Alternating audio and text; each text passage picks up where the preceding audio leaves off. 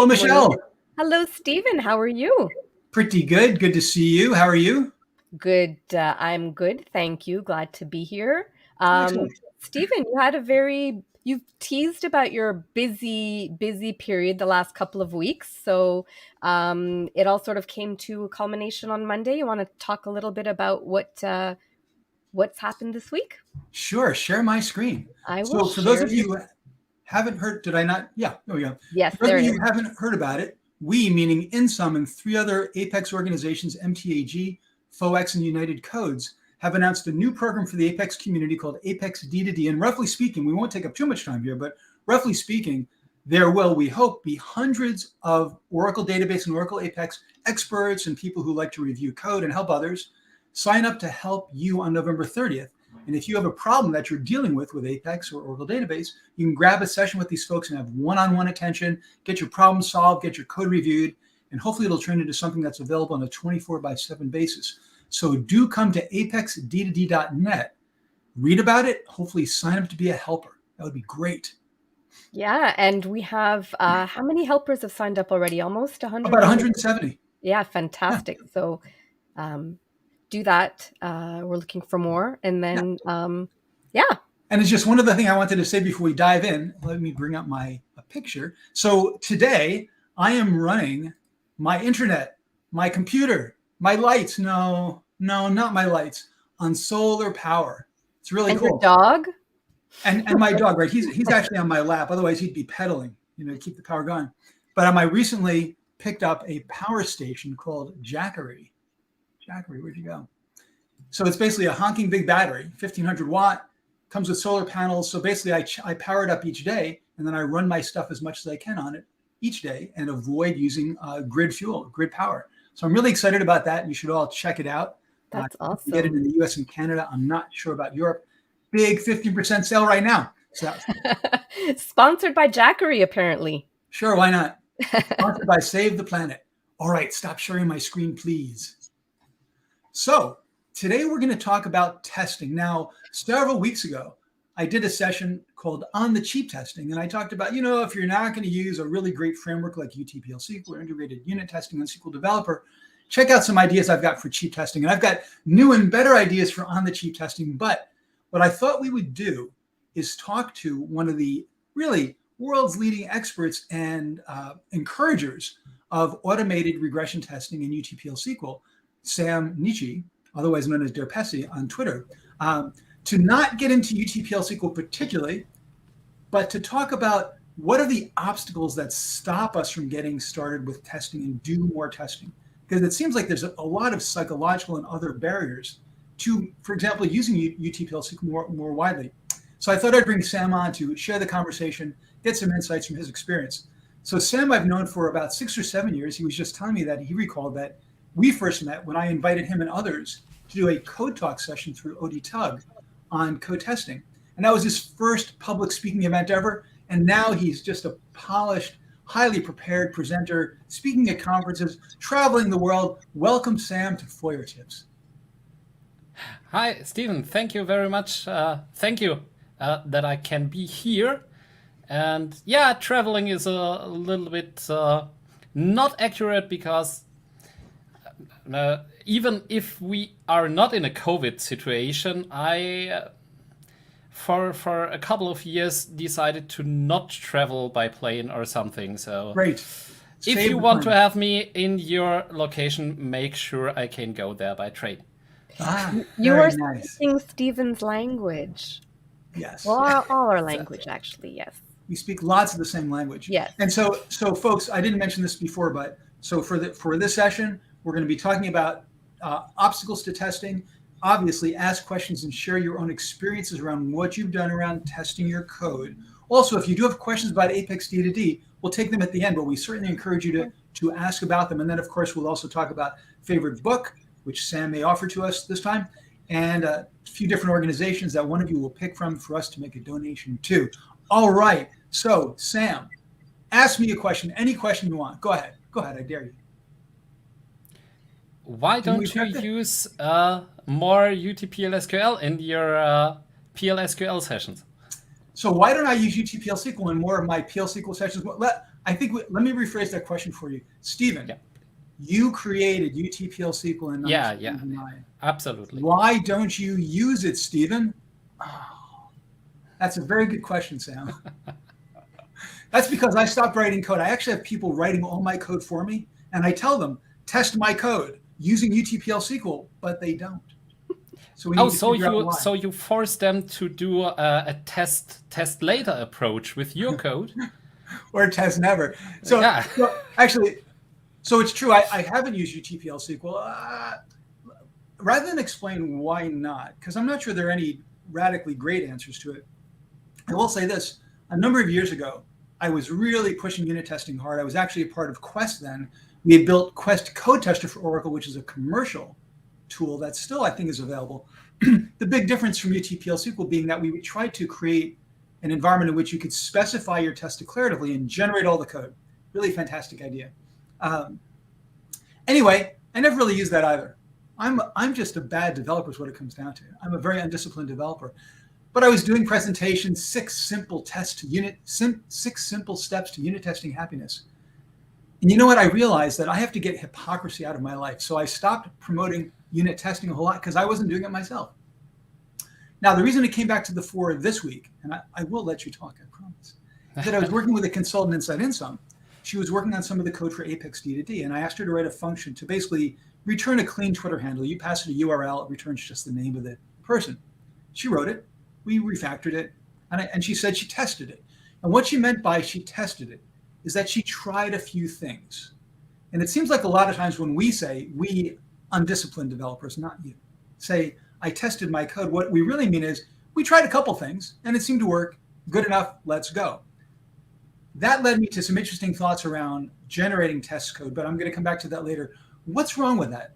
Why can't we just try some things? I mean, it's a simple function. I got it to work. I tried like 5 or 6 tests and it seems okay. Why isn't that good enough? I think there are a couple of reasons. And first of all, what you always do in these approaches is you test after, right?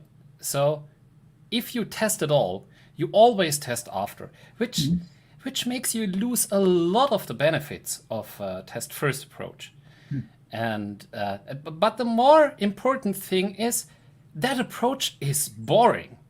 It's totally boring because you are already done with all the fun part, right? You are done with coding. Coding is actually the most fun part in our profession, right? And then you think you are done, and then oh no, I have to test. It's the same thing as writing documentation. So if you leave the boring stuff to the end, you're much less likely to do it. So do the boring stuff up front and save the good stuff for later. I'm not sure. I'm not sure if that works with documentation, but I can tell you it definitely works with testing. That you change your approach to testing, right? So at the moment, it's a liability if you do it at a later stage.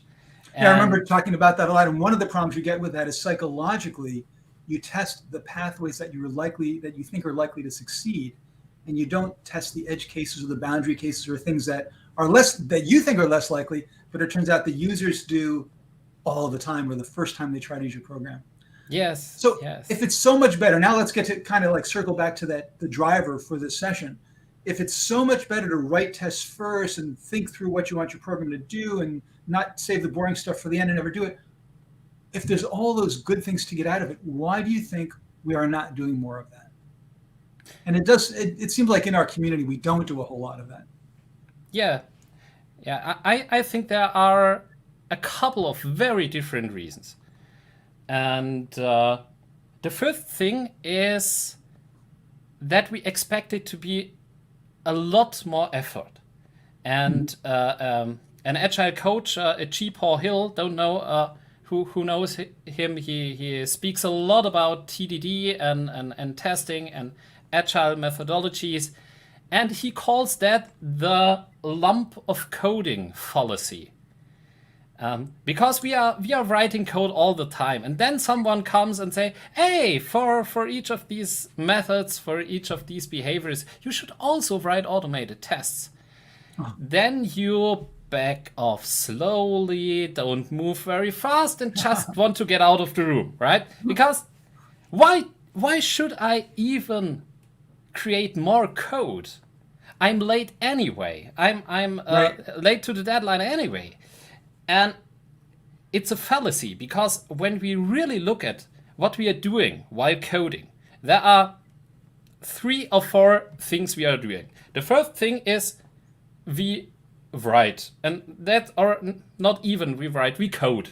And code is even splitted into actually coding and designing. So we think about what could we code next. The second thing we are doing is we study. Every time we are about programming something, we need to study first, because we need to understand whatever we have. We need to understand the circumstances, the code that already exists. And the third thing, and I love the term Paul uses for this, is we do a lot of GAK, which means geek at keyboard.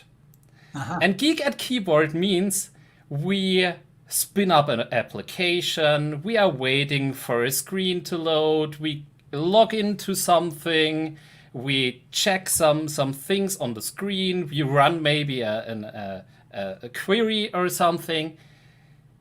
And that's actually, if we really look at it, that's the most time we spend our day with. Because if we care about our software, we usually do test. As your colleague said, we try out things, and we do that even during development. And I invite you to make a little experiment. Watch yourself how much time goes into these 3 categories. Actually coding, which is designing and writing, studying, and geek at keyboard activity. So everything else that has to do with your program. And I'm pretty sure like 80% of the time, or maybe 70% of the time, goes into GAC activity. So, and you're saying it'd be better if we push more of it into the coding and designing? Yeah, because what creating automated tests or unit tests, micro tests, is about is we change this GAC activity into code. Nothing else. So we actually shift our time that we use for all the waiting and logging in and stuff. We shift that into coding time, which is a great thing because we love coding. And in that case, you're trying to trick us. No, I don't. I absolutely don't trick you, because and now that's a quote from the book The Pragmatic Programmer. Test code is the first user of your code. And that's really the mindset behind that. I don't want to wait for a login page all the time. I would rather create a bit more code and test what I would want to test via my UI or my application. And so I'm really shifting my time. And therefore, if someone asks me, how much time do we need to start writing unit tests? That's the wrong question. And that's the wrong framing. Because you don't need more time. You just change your time. But I said there are a couple of reasons, and that's only one reason. We think it's much harder. The second thing is, it is actually hard. I'm sorry to say that, but it's a totally different skill set. It's a totally different way of developing. If we speak about test-driven development, at least, and test-first approach. And just to be clear, what that means is that you actually design and build your tests, your test code, before you've written at least the implementation of your program. Yeah, you do it both together. So you write a little bit of test code, you write a little bit of implementation, you write a little bit of test code, you write a little bit of implementation. not really. This comes now, and then we go red, green, refactor. It's a conversation that you have with your own code. It's great. Okay. But it's hard, and it's not taught. When we learn to program, when we learn to code, we usually don't learn how to do TDD, how to use automated tests to enable us to go faster and to go more reliable.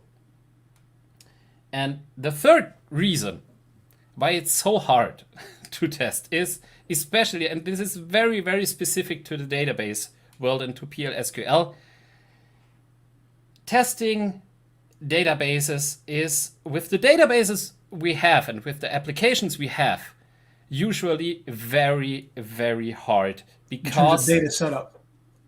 No, not necessarily, but because all the things that is already written in the database world is usually very hostile to testing. It's usually very hard to test. And it doesn't need to be that way, but it is that way historically. And well, that's one thing I've always said when I was doing my lectures on testing is most of the code we write is literally almost untestable. You write one procedure, it's got 500 lines in it. It has 16 in parameters, 14 out parameters. It modifies 16 tables. So it seems like one of the ways to get around the obstacles to testing is to write more modular code that can be with pieces that can be tested individually more easily. Would you agree? Yes. One great example where really the obstacles with databases comes into play. Imagine that I'm a great Star Wars fan, and therefore I will take an example from that. Imagine that we need to manage some database that has information about different teams, and those teams are stationed in garrisons. And of course, a garrison always needs to be on a specific planet. So you have one more foreign key that needs, because it's not null, of course, it's not. So it needs the next thing. And now I probably was a little bit too quick.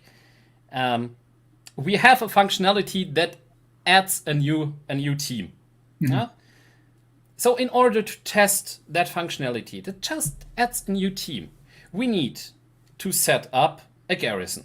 Right. This garrison needs a planet to be stationed on. This planet has also an alignment because the Star Wars universe is very political, so at least light, dark, or something. And of course, a planet is run by a governor, and we also have a foreign key to the governing table. So we need to set up a governor, and of course, a planet is part of a universe or of a galaxy. So we literally need to set up the whole universe just to test a little bit of functionality. And that's fact in a lot of databases. And that makes it so hard because we have so many dependencies here. Right. It seems like that's one of the core problems with database testing is you have a database that you have to factor in. And one of the things I want to talk about when we shift to how do we overcome some obstacles is, in fact, maybe it's time to do that. In fact, no, wait a minute. Let's see if we have questions. Michelle. Yeah. I think we have some comments that we might want to look at. So in the design part of the process, I look for the outlying and non-conforming cases first. I write the code to account for those cases from the start.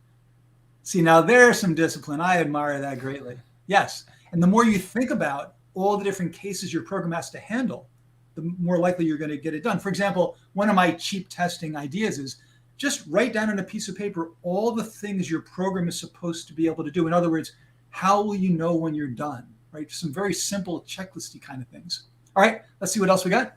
Here we go. What if tests alter your data set? Do you test in another environment that mirrors the original one? Sam, you want to take that? Well, that's actually one of the very few advantages that we have in databases, because in databases we have transactions. And if it's really just about altering our data, then we can start a transaction, make our tests, and roll back. Of course, it doesn't work if we have commits inside. So in that case, flashback. should also, sorry. We can just flashback. Yeah. For Flashback example, to earlier we can also do that. Yeah. So there are techniques for doing that. We definitely.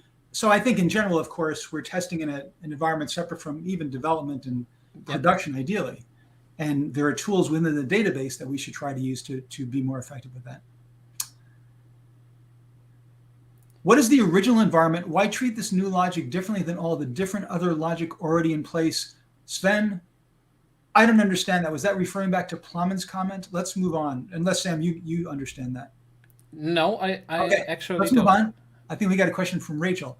Have you written automated testing to run against the Apex GUI to find issues there? Now, Rachel, I think what you're asking is there some kind of regression test for Apex itself? And by Apex GUI, I'm thinking you mean the application builder. So there definitely are tools that you can use to capture scripts basically and run your UIs through them. Trying to remember the names of some of them, but they're not coming right to hand. But I don't think you would do that with backend code. And we've got a question from Krishna. How do you classify PL/SQL unit tests into small, medium, and large tests? Sam, you want to take that? Well, what means small, medium, and large? So that's very much a gut metric. Actually, I personally say small units are things that I can test very, very quickly in case of running it. I'm also not sure why this matters. So maybe you want to elaborate on that a bit more. So can you put Krishna's comment back up for a second, Michelle?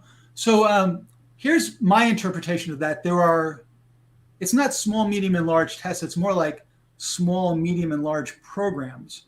And I think to some extent that goes back to what I said before about how what you really want to do is avoid the big, massive programs, and you have to test this 1,000-line program, but smaller programs you can break up.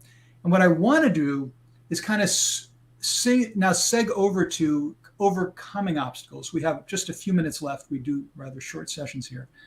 So one of the things I want to talk about is the positive feedback loop that one gets from testing. So it's not like I've never done automated testing. I used to do a lot more of it. Now I'm not like a full-time developer, so that's my excuse. I have so many excuses ready to go. But the bottom line to me is that when I have done it, if I did take the time to build any kind of regression testing, to be able to essentially press a button or run a single command and be told whether or not it worked and where it failed was enormously positive for me. It just told me, go do more of that, do more and more of that. So one of my suggestions is that if you want to do more testing, if you want to get started, but you look at your programs and you just struggle over, oh, I got to set up the tables, I got to figure out commits, rollbacks, etc. Look for deterministic functions that are simple in the sense that, in fact, let me share my screen now. If you could share my screen, Michelle. Goodbye, Jackery. Hello, SQL developer. SQL developer. So here's an example of a deterministic function where this is part of the Apex D2D coding we're doing. And basically, we want to let you put in a URL, any format, and we'll return just the name of the Twitter handle. So here's some code that does it. The key thing about this is that this value coming in entirely determines the value coming out. That's called a deterministic function. And in the code itself, we actually did declare deterministic. I'll do it right here. Hey, I've got to type around my dog because my dog is, yes. Okay, so declared as deterministic. Here's the thing. When you've got a deterministic function, that's a really lovely opportunity to write some automated testing, whether it's utPLSQL or something else, because it is relatively simple. And then once you build a test around that and get that positive feedback loop going, then you're more likely to be encouraged to do others. So that's, I think, my number one tip around getting started with automated testing is find all the deterministic functions you've got, or procedures, build tests for those, and then build on that experience. And one of the things, I don't know if we'll take much time to go over it here, but I worked on this code with my consultant friend at Insom last week, and we talked about how do you build an automated test script. So I talked to her about building a very simple script, and we won't go into all the details, but it basically calls the function, If it matches the expected value, it says success. Otherwise, it says failed. So I can just run this, and it'll probably have to let's see, did it run? It's reconnecting. It's running. And see, it tells me 1 succeeded, multiple failed. So the point is that you can write these scripts relatively simply yourself. That gives you some automated testing. Again, if you don't want to take the time and for some reason can't use utPLSQL. But also, hopefully next week, I'll be releasing a little test utils package I built that will generate a test script for you based on a template. So with this approach, I'm going to initialize test cases. I'm going to specify a few test cases and then generate my code. Let's see what happens. So here's the code.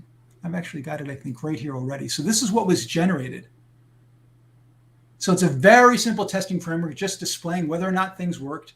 But you actually can, instead of having to write most of it yourself, you can just fill in your values for your expected values and specify then in this code, you specify what's actually invoked each time.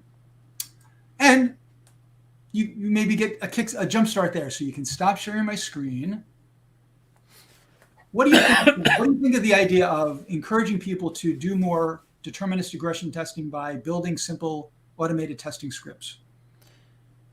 My biggest question about that is, where is the incentive to write that tests, because the implementation is already done? Well, I think if you take a hard stand around, it's not worth building tests unless you do test-driven development and test first. You can do that, but I've decided to live in the real world. And in the real world, you're not going to stop us from writing our programs first, or at least an iteration of our programs first. But even with this code, all I have to do is write the function header. All I have to do is get it to compile. It can be null inside, and I generate my test script and run with it. I totally agree on that. And I don't even say that it's a bad thing to test last. But my main concern is still what's the motivation? Because as you admitted yourself, you started using tests and you did a lot of testing and now you stopped. And my question is, why did you stop? And my belief is that you usually used tests in that way and didn't use them as part of your coding. And right, then you lose a lot of the benefits that you get. Mm-hmm. And so my first question for this approach would be, where's the incentive? Because then you have, if you do it that way, it's still a great thing to do. But it's really like, okay, here you have your meal and here you have your vegetables. Please eat your vegetables, even if you don't like them. Please do it. You are a responsible professional person. Uh-huh. Right? And my goal would be to make vegetables actually great. Actually, vegetables are fun. Great. And yeah. I have kids, they see it differently. And one thing that you can do is mix the vegetables with your meal. And right. The same thing I try to do with coding. I mix my testing into my code. So my testing becomes a part of my coding.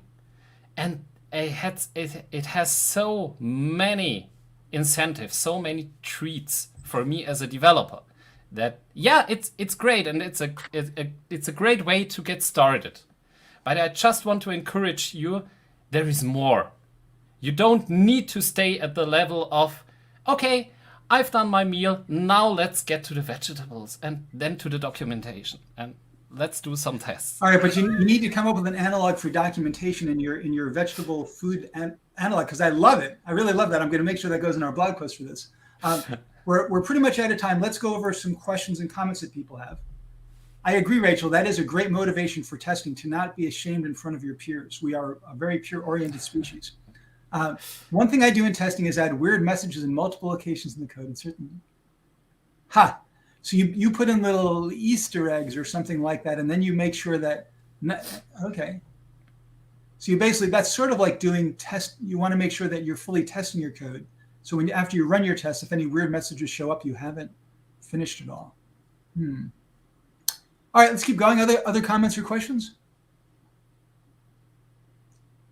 I can't think of a development phase without performing tests on every single step to check whether I'm leading to the right way or not. Alberto, you are really special and wonderful. I wish I was just like you. That's great. That's certainly the way to do it. And Sam, I really love your idea of mixing it all together, not making it write your code, then test your code, write your code, then test your code. And I think that even if it's using simple regression testing scripts generated, you're writing it yourself, I agree it has to be a kind of an interactive conversation going back and forth, right? So I've decided it's a little awkward to moderate comments and not actually be in the show and guys at the same time. So I won't do that again. I just wanted to say Krishna did come back and put in some comments about what he meant about classifying his small, medium, large tests. So I just thought it would be interesting to share those. The small tests are run often during the day, medium or maybe part of daily builds, and large tests are something that he plans for the end of the sprint. Okay. So unit testing, I think you'd agree, Sam, unit testing is really all about those small things that you can just run over and over again, run relatively quickly, which of course can be another complication when you're talking about database build code. So one tip there also is do not reproduce production data in your development or test environment. And I don't even mean just cleaning it. I mean volume-wise. The point of unit testing is not to do performance testing. And if it takes 5 minutes to finish your test because I want it to be just like production and I've got 10 million rows in my table, well, you're not going to run your tests because they take too long. So I think, thanks you for clarifying that, Krishna. That's great. So yes, there's the rapid testing. There's more like every time I'm going to do a check-in, I want to run tests and so on. Yeah, really helpful. I also wanted to suggest to Rachel, if you're still watching, reach out to me on email or connect with me on LinkedIn. Anton and Hayden actually in their Instant Tips episodes covered a lot of sort of Apex testing techniques and tools that you might want to check out. I'm happy to send them your way. And I guess we are pretty much out of time. I'm sure we can definitely keep talking and keep looking at code. Sam, thank you so much. So now we're entering the final phase of Feuertips, in which one of us, and I think you're going to be ready to do this yourself, will offer a favorite book, or as I put it in our direct messaging, cultural artifact of your choice. But first, we'll show the 3 organizations. And have you picked a person, Michelle? How about we pick Alberto? We thought his approach to testing was impressive. So Alberto Cortes, if you're still around. Can you share my screen? I will share your screen. So today we're going to offer a choice between another giraffe organization, the Giraffe Conservation Foundation, focusing on making sure that giraffes do not disappear from our planet. They are amazing creatures. Save Our Monarchs. Let's keep those butterflies floating around. And not Donor Report, Water First. So this is an organization that helps Native peoples in Canada have access to fresh water. And my feeling, and hopefully you'd agree, is that Indigenous people all around the world are the ones who know best the planet in which they live and know how to live in it in a way that doesn't destroy it. And we should learn from them and help them and make sure that they are thriving. So giraffe conservation, Save Our Monarchs, Water First for Indigenous peoples up in Canada. So let us know, Alberto, which one of those you think would be the one we give money to this week. And now let's switch back over to Alberto has Sam. already chosen Monarchs. He lives in Mexico and they come every single year. Beautiful. We were walking, there's a pasture nearby that is filled with milkweed. And we were walking there the other day and there was a guy holding a big bat of milkweed pods. There's actually an organization that collects them and then distributes them out around the country in the United States for people to plant the milkweed seeds, which apparently need to be like frozen for 3 months. And anyway, Sam, do you have a cultural artifact that you really like that you'd like to share with us? Yes, and it's not a book actually. It's a cultural artifact because I thought about what is it that really benefits me as art. And I love movies, but sometimes I even more love soundtracks. Huh. And I could live without movies, I guess, but without soundtracks, that's really something I love. I love. Let me guess, a Star Wars soundtrack? Yeah, of course. My favorite ones there are Duel of the Fates and the Force theme. But one of my or two of my overall favorite soundtracks are one from a series that you probably don't even know. It's the Count of Monte Cristo. There was a 4-part TV show with a great, wonderful soundtrack. But another thing that I keep listening to is the soundtrack of Last Samurai with Tom Cruise. Tom Cruise, exactly. Wonderful soundtrack. I can listen to that all day. So that's my recommendation of a cultural artifact. And I'll finish up with some. I was thinking, I think it was yesterday when I was out walking with the dogs, hiking around, that I wonder if music and videos and books and so on have now become bad things for us and the planet. Maybe music has become a bad thing. I'll talk about that next week. All right. I'm very curious to hear your thoughts on that. I can't imagine a world without music. Me either. But the world has changed, and I wonder if our dependency on escape is changing too. Okay, so that's a little hint. All right. Thank you so much, Sam, for joining us today. Thank you. Thank you for having me. And I'm sure we'll have you back on, and maybe we'll do a session on utPLSQL, and you can show people how in 13 seconds you can be up and running, and everything's going to be great. And yeah, that would be nice. All right, thanks everybody for joining us today. Happy PL/SQL and database coding. Sign up at apexd2d.net either to be a helper or to get notified when you can get help. Stay safe, get vaccinated, help everybody around you, be kind to others. Sam, any comments you would like to make as well? Stay angry. Stay angry? Angry. All right, stay angry, folks. On that happy note, everyone. See you in a Thanks couple of for weeks. joining. Bye. Bye.